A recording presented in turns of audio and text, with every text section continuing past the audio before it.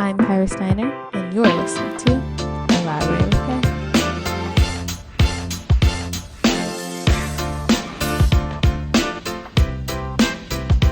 Elaboratewithk.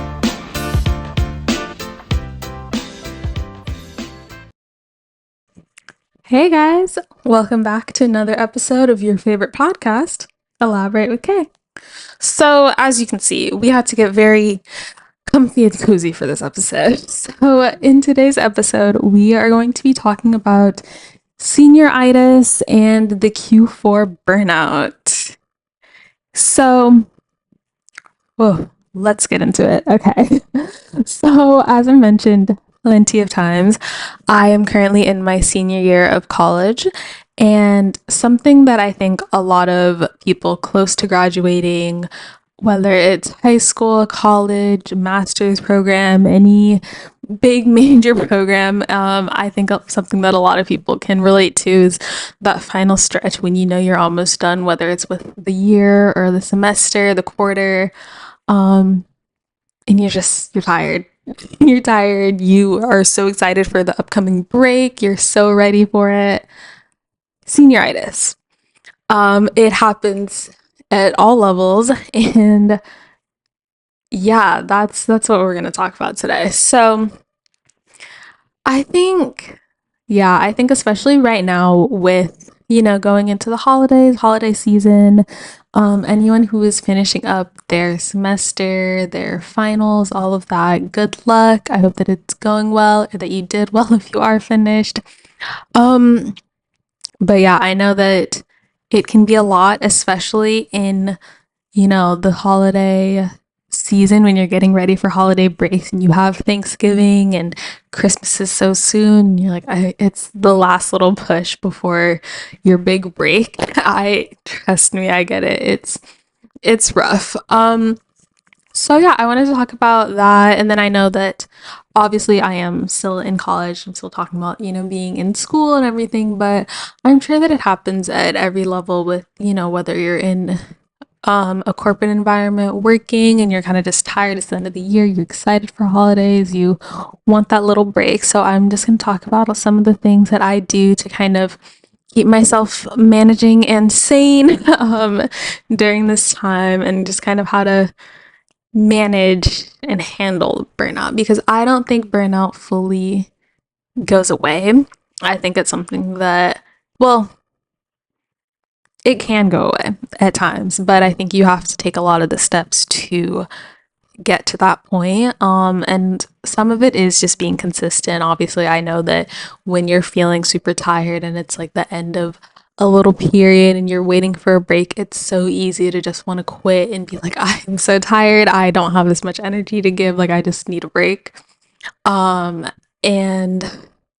I get it, but I think that what's important is when you are still in that period of working, like you have to push through, like you're gonna get there, you're gonna get to the finish line, but you have to push through. And so sometimes it is just a matter of telling yourself, like, I'm so close, but like I need to finish this one thing.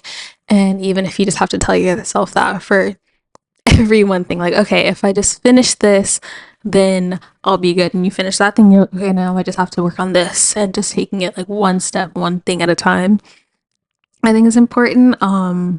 This is specifically, I think, for senioritis, and I think, when it is happening with high school or college, knowing that yes, it seems like a lot and you're tired and you feel like you've been working for the past 4 years, 12 years, however long, and you're like, I need that break. I'm so excited. But I think also remembering everything that you are working towards is what's really helpful and important. Like, obviously I think it is really easy to just be like, in high school especially, like I remember people being like, oh, well, like I got into my school, so like I'm done trying, or I don't want to try. But it's like, I don't know. I feel like for me, it was very much a thing of like, I've worked so hard to get to this point, and kind of just trying to mentally tell yourself to keep up the momentum. It is very hard.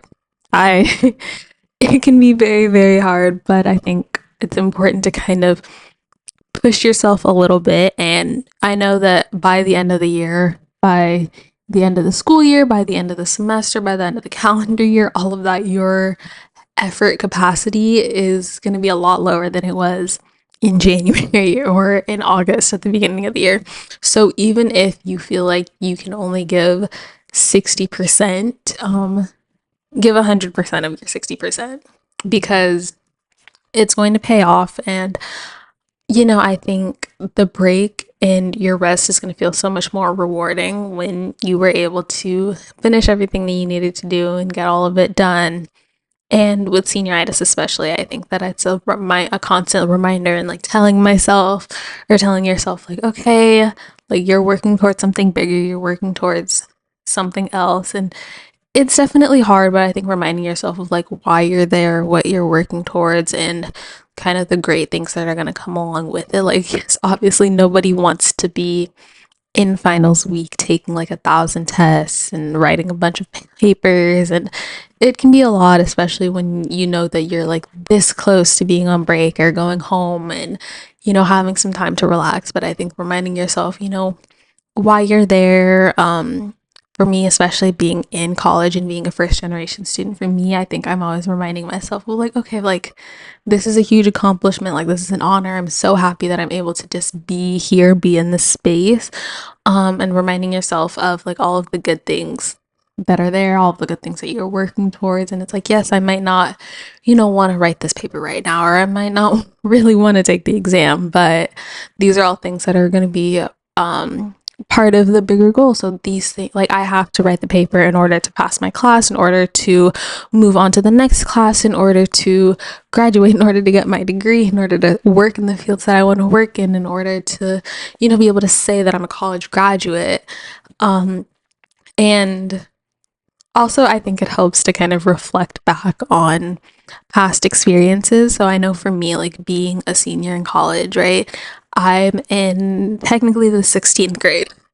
Right. So also reminding myself of like, okay, in the past 16 years, I've written how many papers and how many essays and turned in how many assignments that I wasn't particularly fond of or that weren't super exciting, but like I did it. And doing all of those things got me here. And like, yes, even though, that essay that I wrote in 10th grade seemed like such a daunting, overwhelming task at the time, right now, I couldn't even tell you what I wrote about. Like, I don't know. It happened. It went towards me graduating. It's kind of what got me to this point.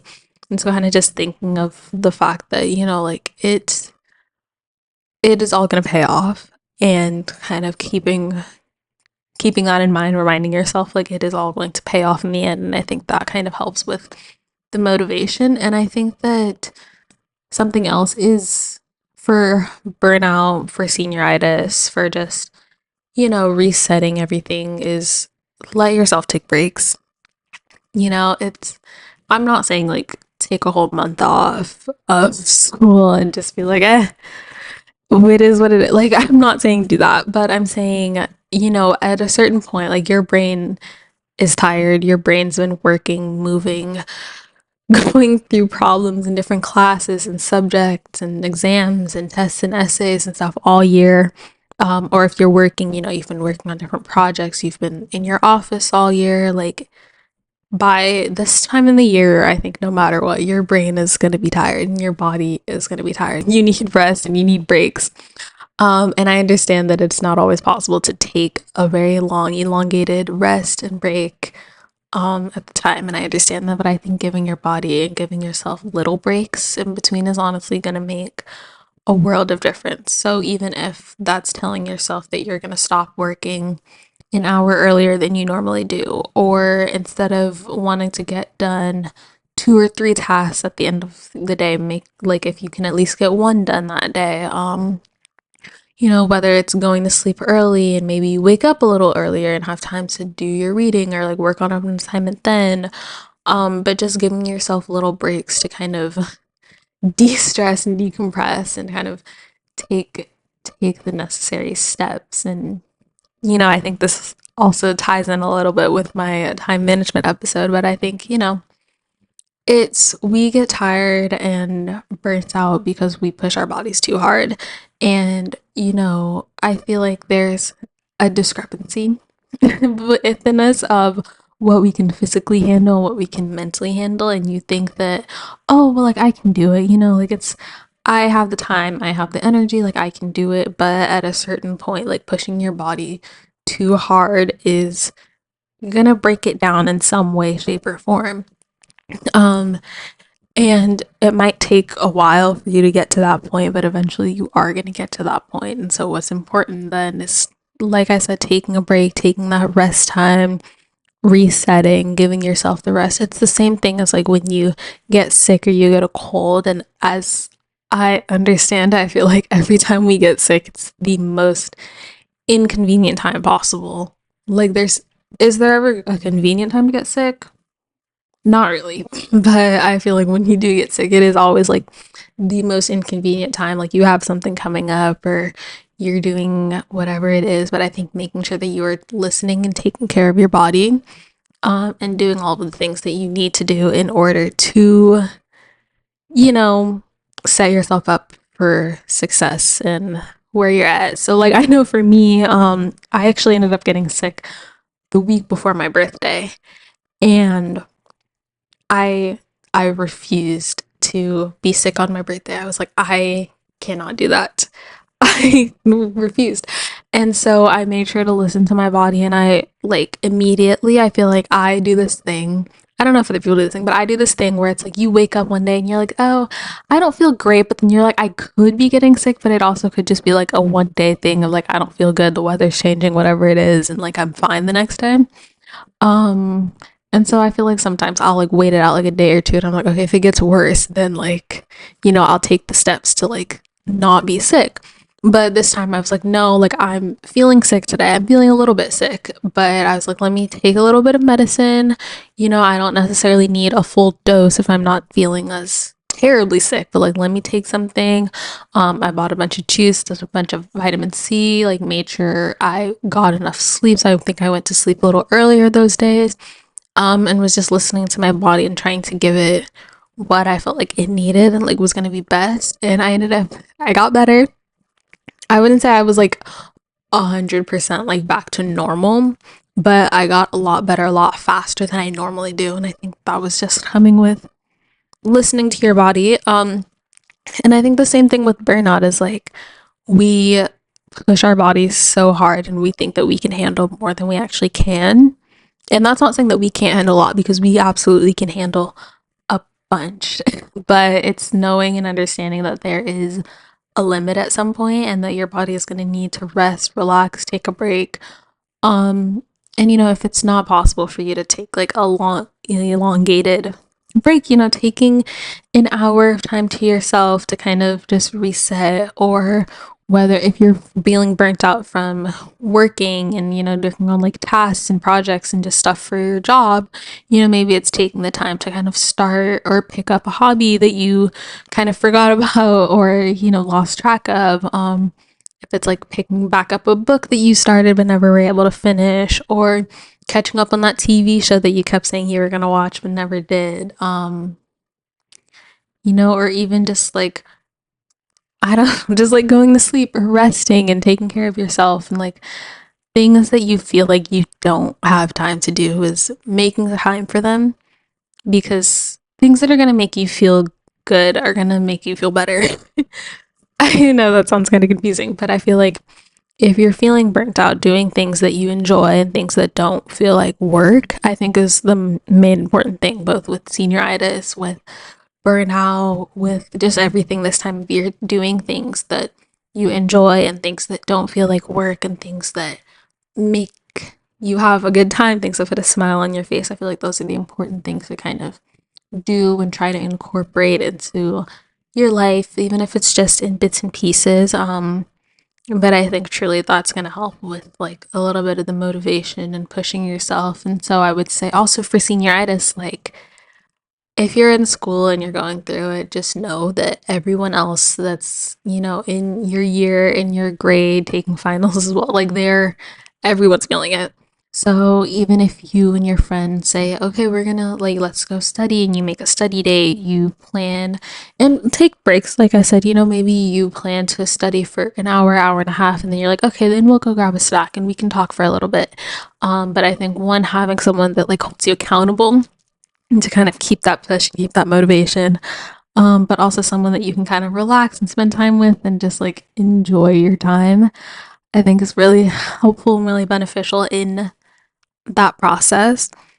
Um, yeah, I don't know. I think for me, going through senioritis in high school was weird. I feel like it didn't hit me that hard. Um, well, I don't know. I feel like high school is weird because I remember being an underclassman in high school, and all of the seniors and upperclassmen were talking about senioritis, and then be like, oh my gosh, the senioritis is hitting. Like, oh, I'm so done. I can't wait to graduate. Like they, especially once they like got into their colleges or knew what they were going to do after school, and they're like, I'm so excited. Like senioritis is hitting. Like I don't, classes got a lot harder. But for me, COVID hit the second semester, so spring of my junior year.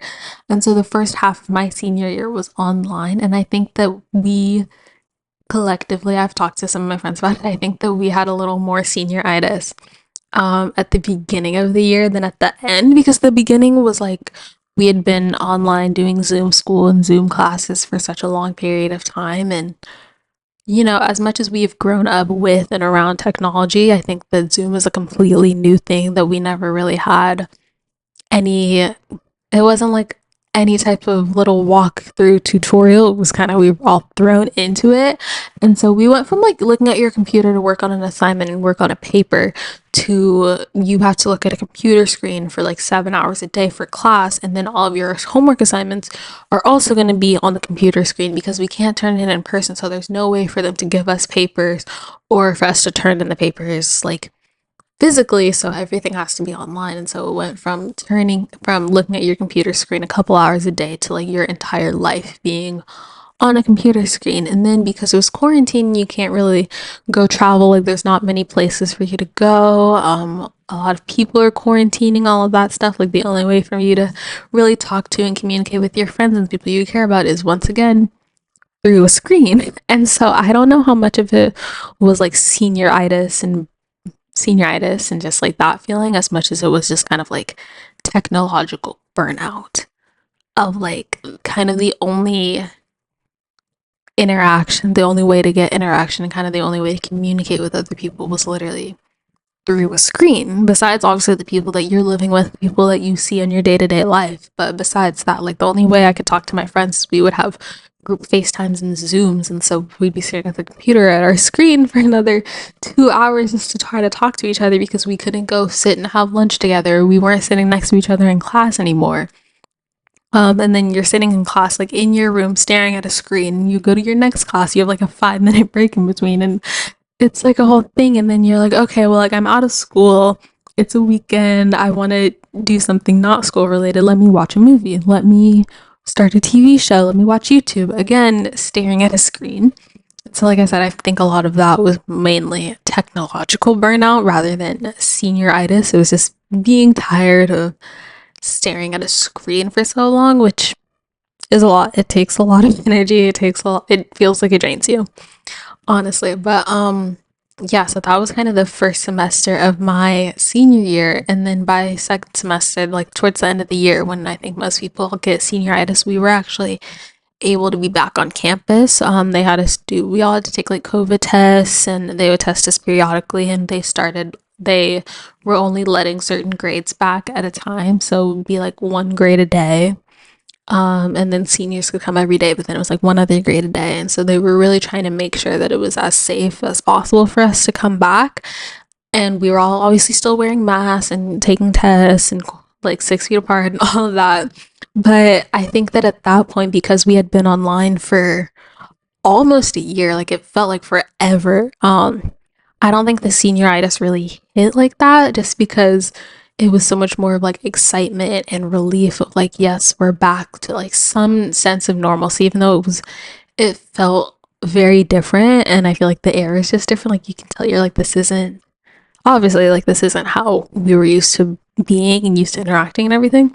But I think at that point, it was so much more of like, I'm so excited to be back with other people and be interacting with them face to face and like, being in person. So the senioritis wasn't hitting as much because it was like, it felt like we got like a second wind of like, oh, okay, like a little bit, another push of like, okay, well, like this is something new, change of scenery and everything. So yeah, I don't think it really hit me like that in high school. But in college, it's definitely different too. I think being a senior and not being someone that's not planning on continuing with school after.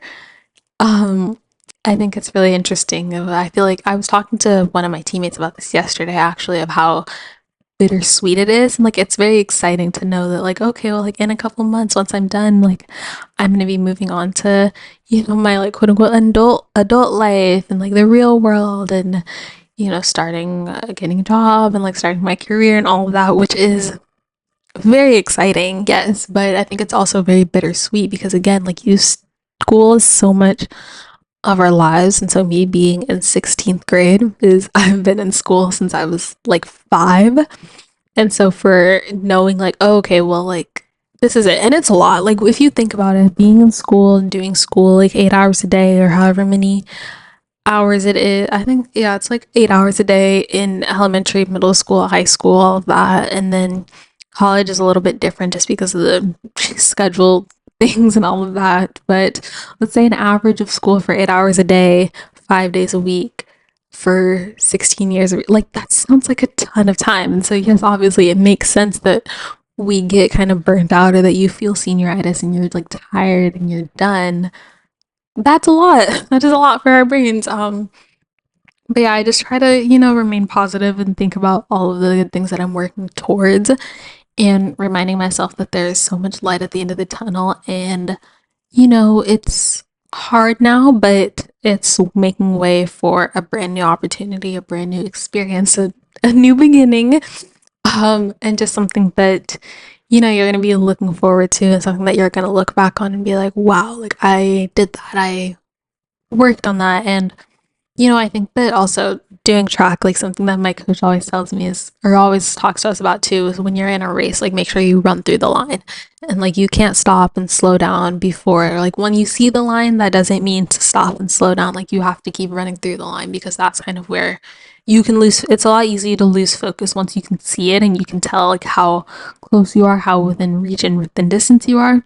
But it's very easy to lose focus then, but that's when someone can come up from behind you and like pass you, and that's when the most unexpected things I think can happen in that last little bit. And so run through the line, just finish out the semester, the year, the quarter, whatever it is you're doing, you've got this. And it's going to be a great finish. You're going to have an amazing time. You're going to go on to bigger and better things. 2025, um, next semester, next quarter, all of it is going to bring such wonderful, amazing things for everybody.